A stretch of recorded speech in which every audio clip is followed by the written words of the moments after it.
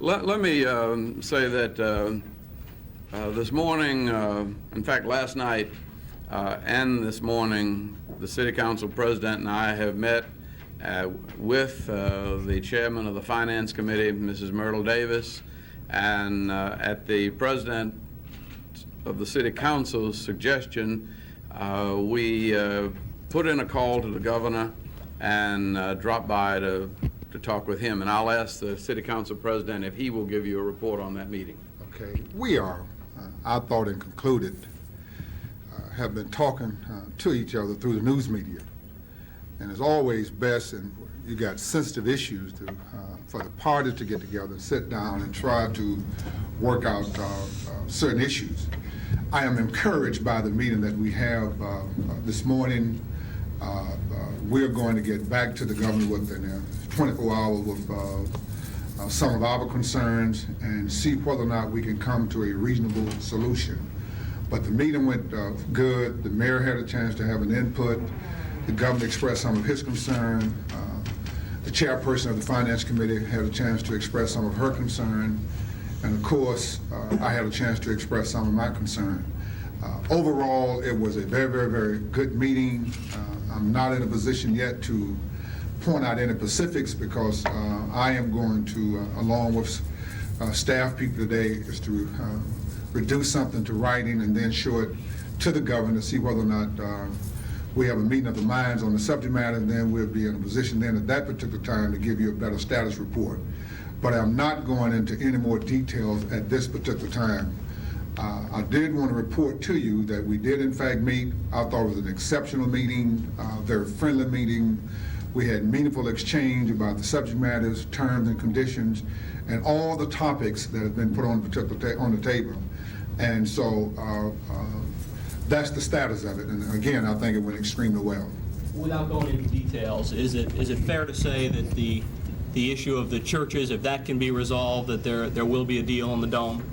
Well, that is talking about the terms and conditions of the agreement, and all those subject matters were discussed. Every meaningful issue or issues that have been raised in the past were discussed, and I think that we can work out a solution to it. I'm at least 80 to 90% confident that we can work out a solution to it. But what I did want to report to you is that many of you have been calling me the last couple of days wanting to get a response to the governor's letter, and I just decided that the mayor, the chairperson of the Finance Committee, and myself need to go over and have an eyeball to eyeball with the governor, so there would be no misunderstanding as to what we were proceeding, what issues we were proceeding on, what issues he was proceeding on. And he has some legitimate concerns, and we recognize his legitimate concerns, and he recognized some of our concerns. But the meeting went well, and it was, one that I was pleased with, one of the most friendly meetings that I've been in. Does that mean that is the Finance Committee going to do anything, or are they going to wait now for this 24-hour period to go by for you to have some more specifics? What are they going to do in response to your meeting? Well, the way I operate is that I have now met with the governor. I'm going to try to refine an understanding that I think that we have met him first, and then I'm going to discuss it with the entire council. That is the way I think a good politician conducts his business. You've got to have the strength of your troops, and they got to be a part of it. For me to go over and cut a deal with the governor, not have the mayor involved, not have the chairman of the Finance Committee involved, and not have the council members in that district not involved with a suicidal mission. And I just don't conduct business like that. So I got lots of work to do over the next 4 or 5 days, but I'm willing to put in the necessary manpower to see that we come up with a fair and equitable agreement for all parties concerned. Can you give us some idea of the timetable of when the council might readdress the issue? I stopped that a long time ago and I went into labor law because you kind of force yourself. You said Marvin Aaron to say you're going to come back at 6 o'clock today.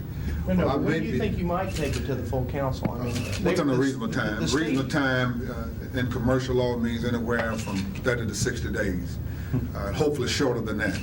Well, because the state officials yesterday were hoping that the council would take it up Monday. And it may very well come up Monday, but I'm not going to give you a timetable and say it's going to come up on Monday.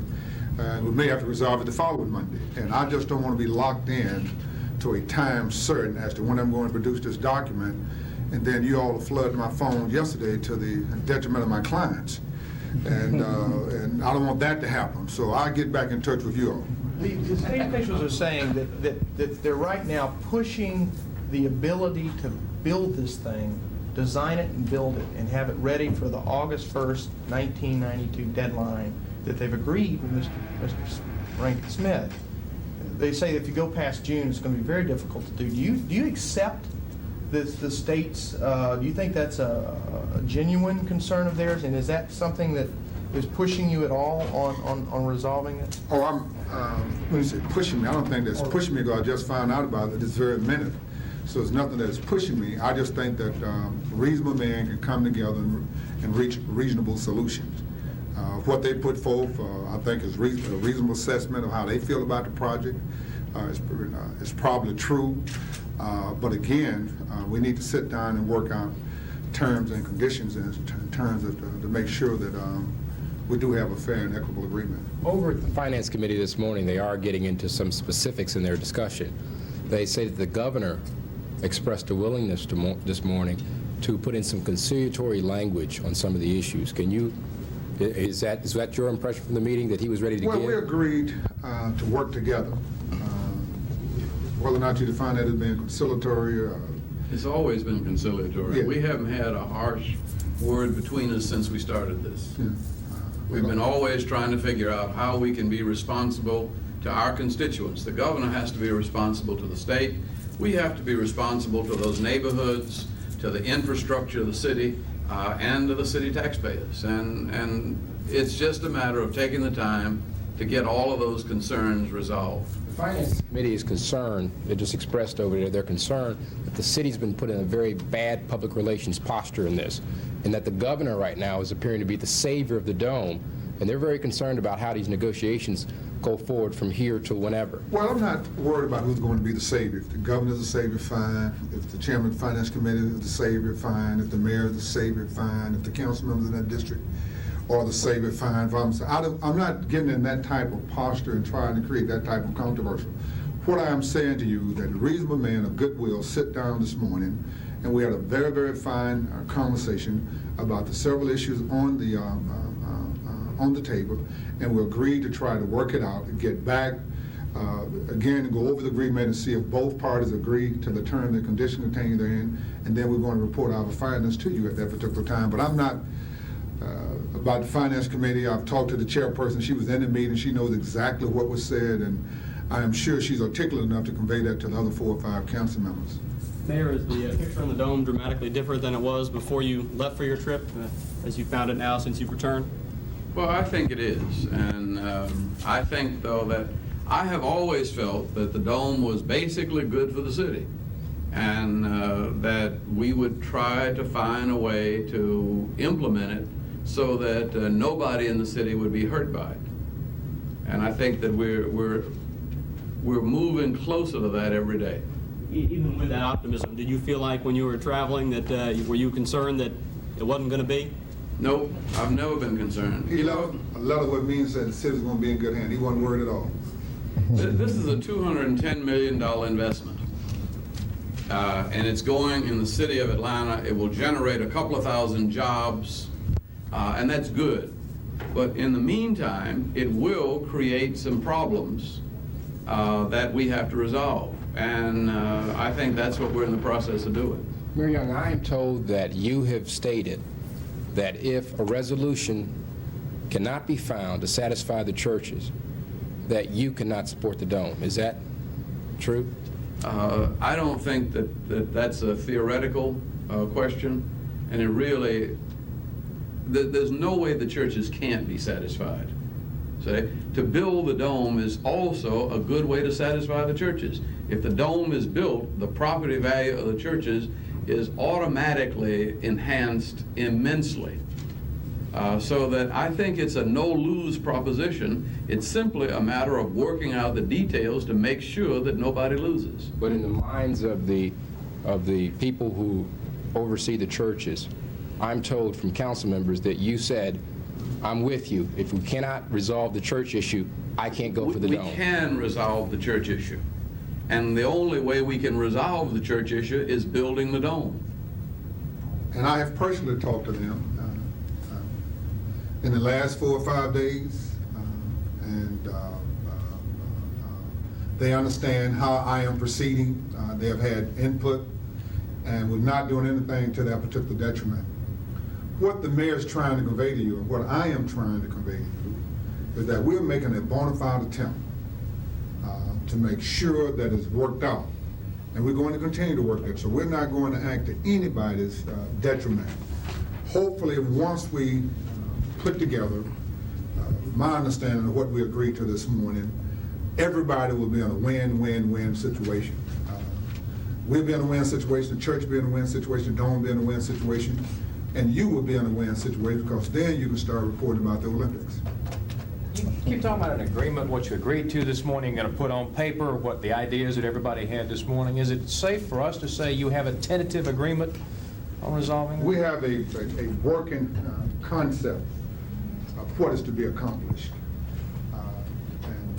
That everybody agrees? Well, we, Basically. man of goodwill, the governor of the state, ex-ambassador, the UN, mayor, city council president. We had a nice discussion where reasonable men sit down, men of principle, and said what we were going to try to work to, and that's sufficient for me. But the governor has made himself fairly clear on at least 2 of these points that he has a fairly flat-footed position, which is won't share profits with the Well, let's let's not rehash the discussion. I think we're making progress. If you all want to wreck it, go someplace else and wreck it. no, I'm just asking you if those are still on the table. I don't think we should describe or make. And I have never been in a meeting with the governor when he has not been reasonable and conciliatory. Now, when it's written up in the newspaper, it may sound different. But in my relationships from the very beginning, we've been able to talk about problems and work together on solving problems, and that's all we're trying to do. Well, Mayor, I'm just asking you if those 2 things, the representation on the board of the center and the question of sharing the profits. I think the are mayor still answered issues. that, but I don't want you all to do to this press conference what you all did at my press conference last week. When I read the paper next day, I thought I had been on another press conference somewhere. I mean, that was just totally unfair and absolutely insane the way that came out, okay? And we just going to stop right now on the Dome Stadium issue. And move on. Yeah, Let me the mayor report on my gonna trip. the great trip he had, and Can I just ask?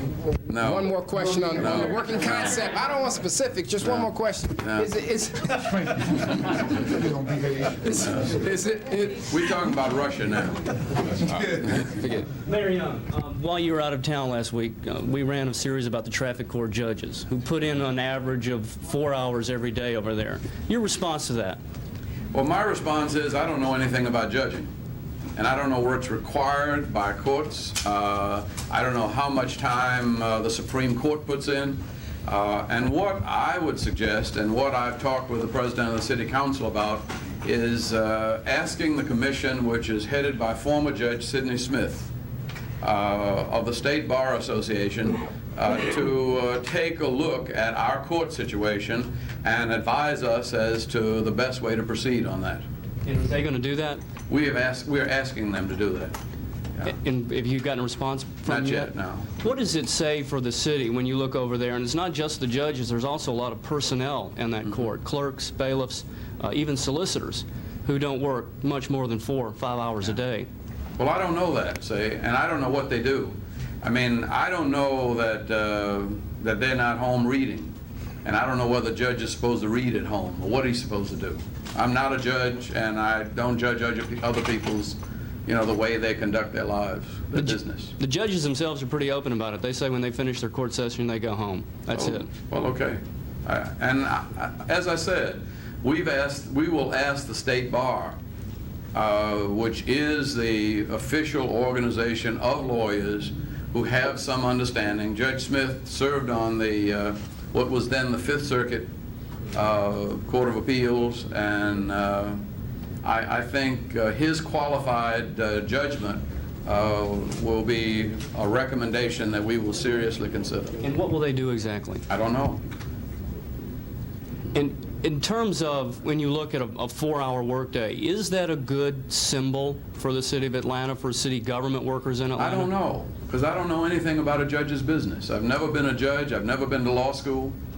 And I would hope that good judges spend most of their time in law books, and that the research involved in any of these cases would take some time, and that the judge's work is not just sitting at the bench.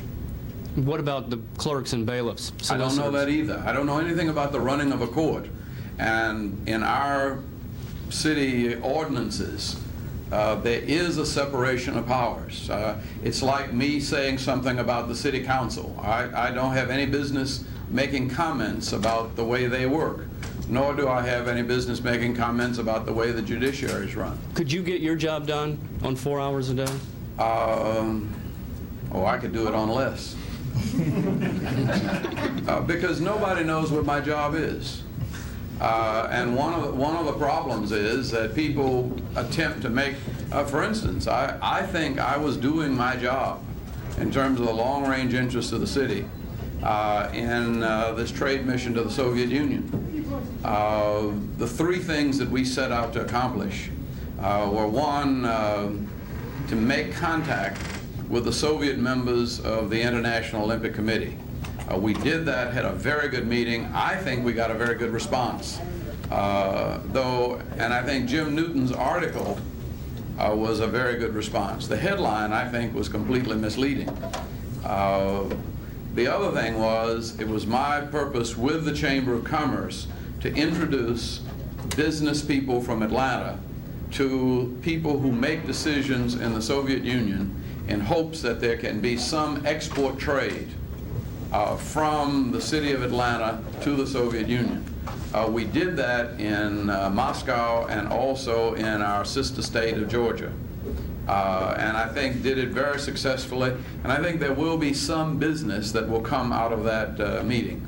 The third thing I did was represent the city at a conference of sister cities.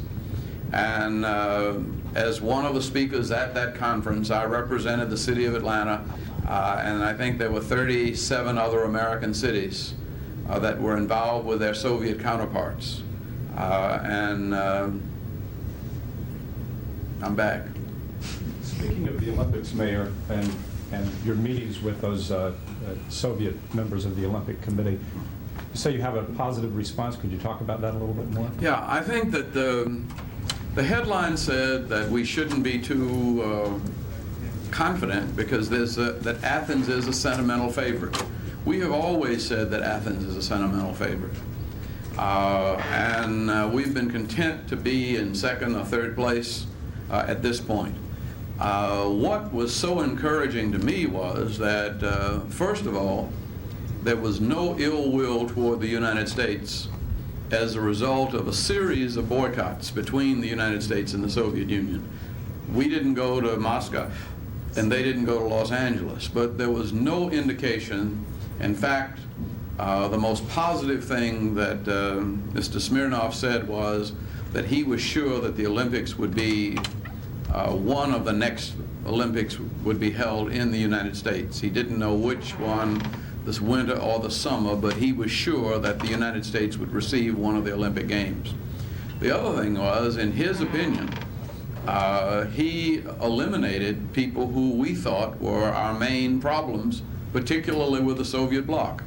It was reasonable to assume that there would be some Soviet sentiment for Belgrade, Yugoslavia. And he did not take seriously Belgrade's candidacy. He also raised questions about the candidacy of Toronto and Melbourne, which we thought of as our most serious competitors. And from his point of view, I think when I reflect on that from my point of view, I am very pleased with where we stand now in our bid for the Olympic Games. Governor Harris has signed 2 bills already, too. He has any preservation bills, so it seems you could assume, yeah. Do you think saving with underground coming back and all that, will this get people back downtown if we start refurbishing and saving some of the older buildings? Or? I don't think so. I don't think it's the old buildings that bring people downtown. It's the new buildings that bring people downtown. I think we want to save the old buildings because they represent some of the character and history of our city. but I have always said that the city's future is ahead of us. And Atlanta was always a very poor city until just recently. And many of the buildings that were built with substandard materials, not particularly good design. And I don't see any sense in keeping something just because it's old. That's what we worked out. We worked out an agreement that tried to reconcile the needs of development with the needs of historic preservation. And it's a very delicate balance that I would like to see preserved, and it would give the city of Atlanta one of the most comprehensive programs in historic preservation of any city in the country. Okay? Thank you.